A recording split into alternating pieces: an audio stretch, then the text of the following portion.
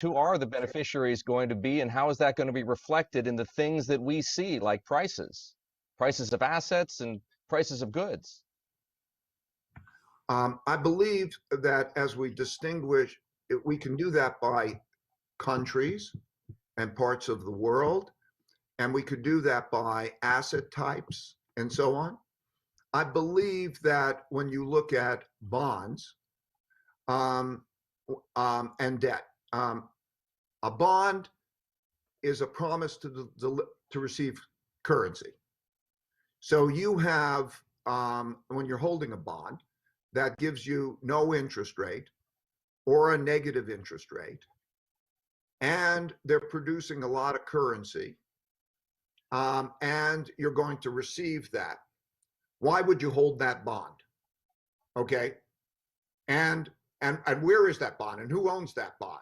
Okay, so this period, like the 1930 to 45 period, is a period in which I think you'd be pretty crazy to own bonds. Okay, because what is a debt? A debt in a fiat currency is a promise to receive currency, and isn't it pretty clear they're going to make a lot of currency?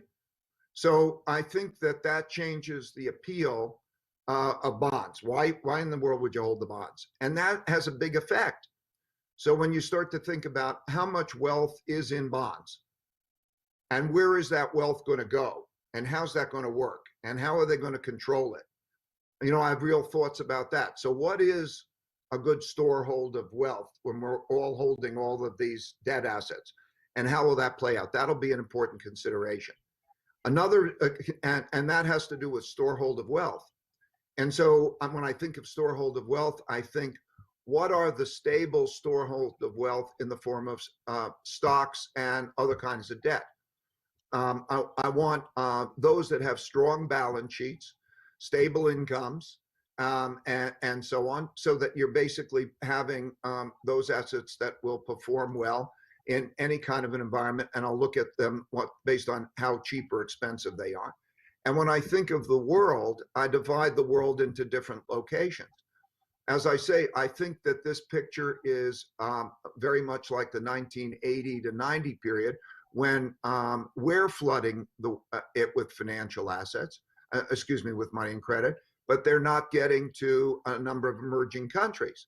So when I look at the distribution of wealth in terms of their balance sheets, like every individual, I look at what is their income, what is their expenses, and what is their savings. And when we go through that exercise, then it changes. I don't want to be in places that don't have good ones. And then I look at civil behavior. How are people with each other? Is there going to be a fight? And will that fight, will people be orderly? Will we work it out? And then what will be the changes in tax rules? Taxation. Will corporate taxes come back in certain ways? What will the changes? Because we're not going to deal with that equally.